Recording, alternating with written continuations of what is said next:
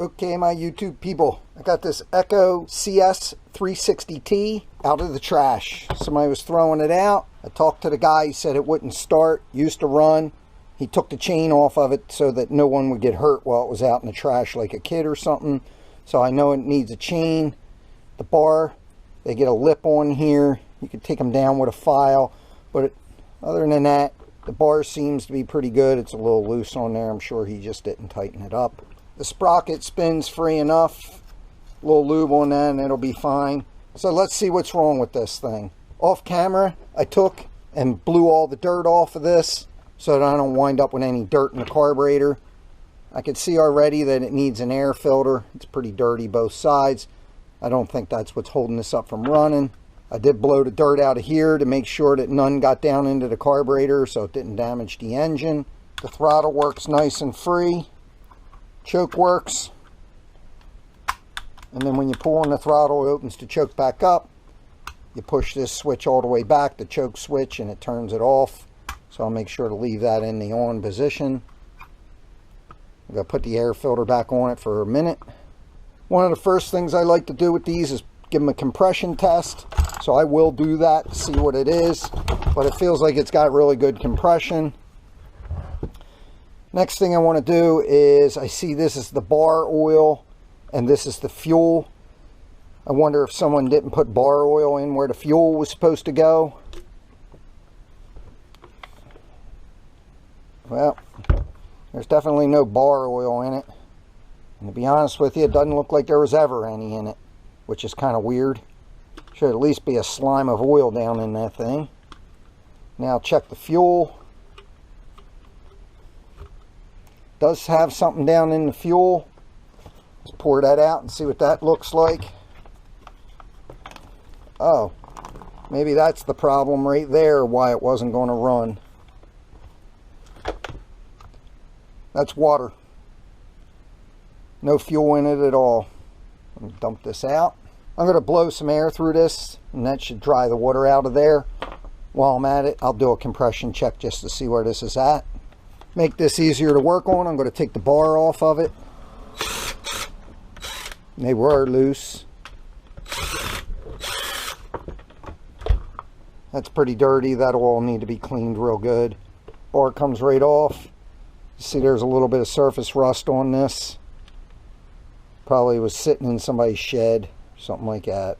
One of the main things you want to do with any of these two strokes is you want to take the spark arrestor out and see what it looks like.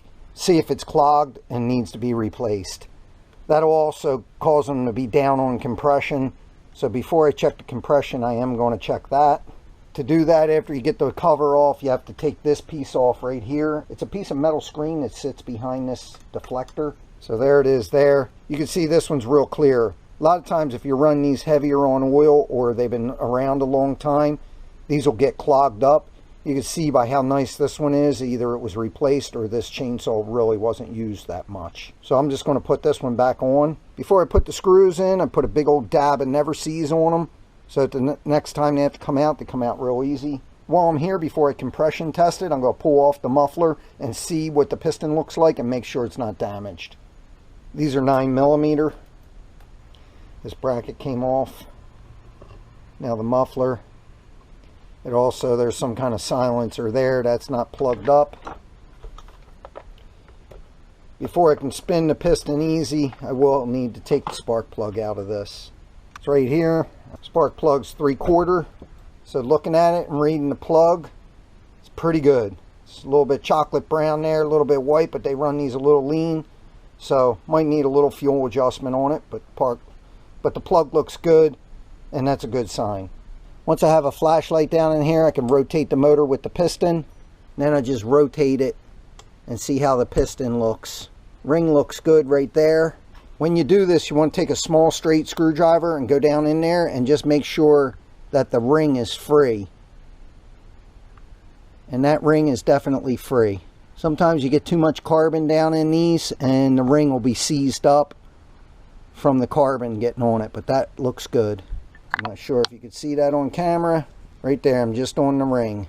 I can feel it moving in and out a little bit. When you're pushing on it, it just takes up that ring end gap. So it's good and free. Now you do want to rotate this and see if you can't see into the cylinder to see if it has any damage. Now I will stick this screwdriver down in here and just see when I lightly run it on the cylinder if I'm feeling any scoring, and I don't. So that's a good sign. Now that I looked that over, I'm going to put the muffler back on. There is a muffler gasket here that I didn't disturb, so I'm just going to leave that go. I'm going to put the muffler back on, give both of these threads a real nice helping of Never Seez. Of course, when you start this for the first time, this will burn off. Shouldn't be alarmed. First thing that goes on is this plate, and it's got little ridges on it, so that faces up. Each stud gets 2 washers. Now it gets the nuts. I'm going to leave the cover off for now. Clutch hub feels plenty free, so that's always a good sign. For the compression tester, I just have this old Sears one. Has a couple different ends. Alright, I do wind up having spark. I checked it. I forgot to start the camera, and I put the spark plug back in. I think at this point, it probably just the water was the issue. I do have a carb kit for it, but I'm going to try and get away without doing it. I'm going to dry out the fuel tank, put some fuel in it, and see if I can't get it to fire. The other thing I noticed, there's a bunch of sticks and stuff down in here. I'm going to get those out while I'm here. So to get this cover off, you have to take these 4 screws out, plus this handle screw. Now that I got the screws out, not as bad as I thought it was going to be. I'll take my air hose and blow this out. Now that I took my air hose and blew it all out, it looks good. We'll wipe it out some. Okay, so I took some spray 9 and a garden hose and cleaned all the parts off. You can see they're spotless. I cleaned the engine off too.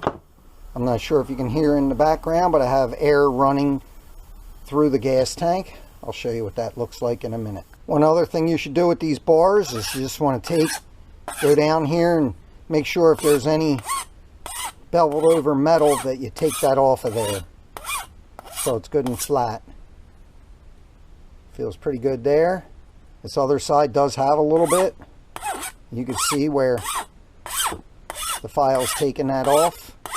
Just a chain riding on there tends to mushroom the metal over as it wears a little bit. So that's pretty good. Got that all done. Nice and smooth now. Here's the main assembly all cleaned off. Did blow air through the fuel tank.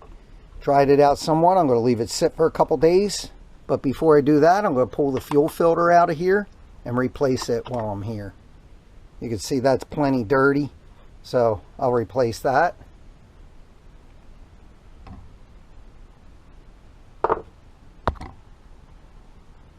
Alrighty, got that off. You can bet that's full of water. A little clip here that went on there. So I'll hold on to that separate. One of the things on these chainsaws that's really important to check is the teeth inside of here on the sprocket. They get worn from the cutting chain. So if they're really worn, you need to replace just this inside piece. And also while you're at it, there's a bearing that's in there and you want to replace that bearing too. I did order one of these, so I'm going to replace it when it comes in. The bar ends up being fine. I did order a chain. This winds up being a 14-inch bar. You measure where it comes out of the chainsaw to the front, and whatever that number is, you round up to the nearest 2-inch mark. They don't make a 13, they don't make a 15. So I measured it and it was 14 inches. The chain I have coming is a 50 thousandths of an inch, 3/8 chain. So that was pretty inexpensive, along with the clutch being inexpensive. The other thing I ordered was a new air filter. Now I'm going to start reassembling the chainsaw. The rope was frayed right where it comes out of the handle here because it rubs here a lot. So what I did is I pulled the rope out of the handle. I pulled out about 2 extra inches, tied a new knot, cut off the excess, and now I'm back to having a perfect rope again. So the first thing I'm going to do is put this cover on. You have to put this one inside of here, like that. And then I'll just lift the handle up and slip the whole assembly in here.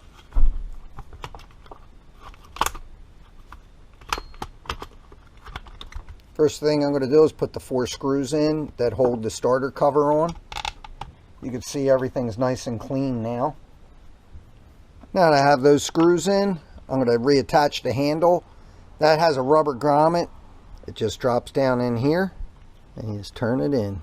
Next thing I'm going to do is put a new fuel filter on. Then you just push that right back in. I'm going to put the fuel cap back on. Make sure the O-ring's in your cap. So right now the way it sits, I can put some fuel in it to see if it starts and runs, and that'll help me decide whether I should put more money into it or not. I'm pretty confident it's going to start. It had good compression, so I'm not worried about that. Okay, I just poured some fuel in it. So what I do is put it up on choke, give it a pull. When the motor fires, take it off choke. Like that, it fired. Take it off choke.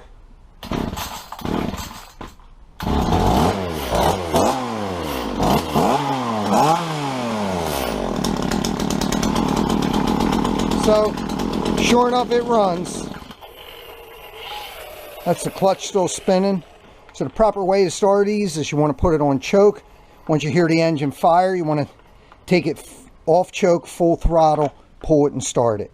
So after walking this back over, I noticed there's some wet down in here. I took these two screws out. Now I'm going to take this cover off to see what that's about. Okay. You can see right here on these two strokes where the fuel line goes into the tank, there's this grommet. You can see this one's real loose, and that's where it's leaking fuel. So I'm going to have to get a new one of those, and while I'm at it, I'll just get a whole new fuel line, just because I'm sure it's a little soft at this point, and I don't want to take the chance. So I'll have to order that up.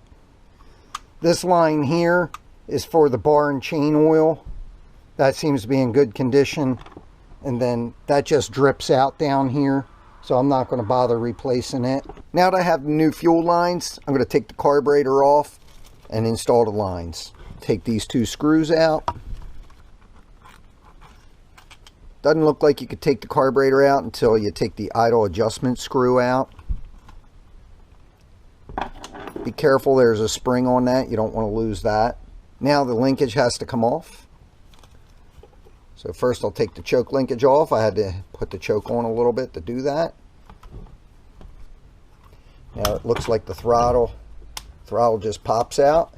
Maybe there's a little fuel pressure on this. I was hoping to do it without having to remove the fuel out of it.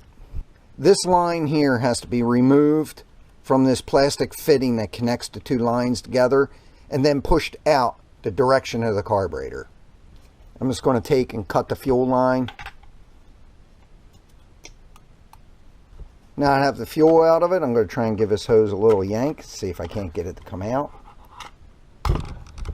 Okay. Did come out. It definitely goes back in the same way. You can see it has that little bit of taper right here to help you get it through when you're pulling it. Now I'm going to cut the other side of this plastic thing off. I have to take the fuel filter off of the fuel line to be able to pull it out. Okay, just slide that off. Now I'm going to use the pliers and I'll pull this grommet out, and this is the one that was leaking.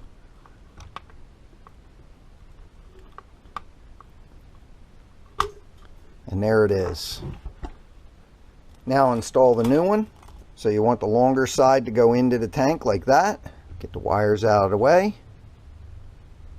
Install it in. I think I'm going to pull the hose from the other side here as I'm installing it. Now, like I said, I'm just going to give it a little pull to help guide it.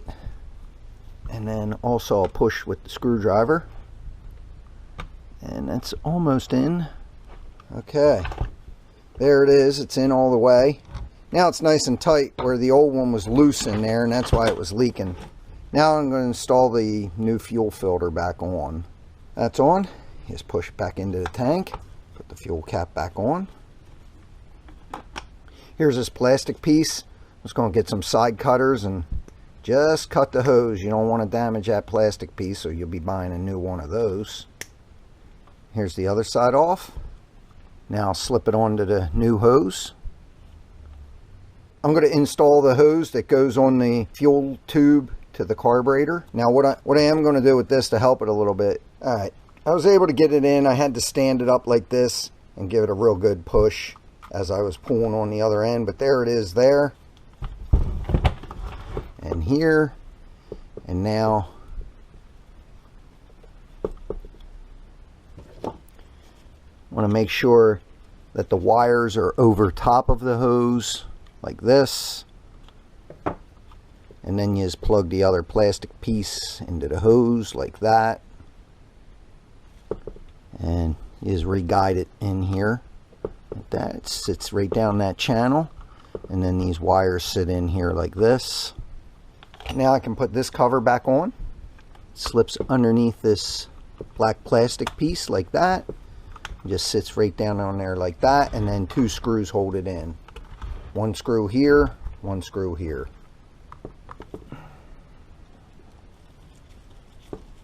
Now that that cover's on, I'm going to put the carburetor back on. This nipple here slides into that tube there. As you're doing this, you want to put the throttle linkage back on. Once it's on, you pull the choke lever back. You slide the choke linkage into it like that. Then you get this piece and put it on with the 2 screws. Tighten those down. And the idle screw back in with the spring. I'll leave it there for now, and once I get it started back up, I'll adjust it. Now that the carburetor's on, I'm going to put the new air filter on. It goes on like this. You can see this part of it has 2 flats, and it goes right on to here like that. Now the air filter cover. Alrighty. Now the exhaust cover. This gets 3 screws. So I got a new chain from Oregon, a 14-inch one. Now I'm going to install it. To put it on, you want to make sure the teeth face uphill on the top. Just slip it behind the clutch. Now you set the bar on. Put the chain down in the bar.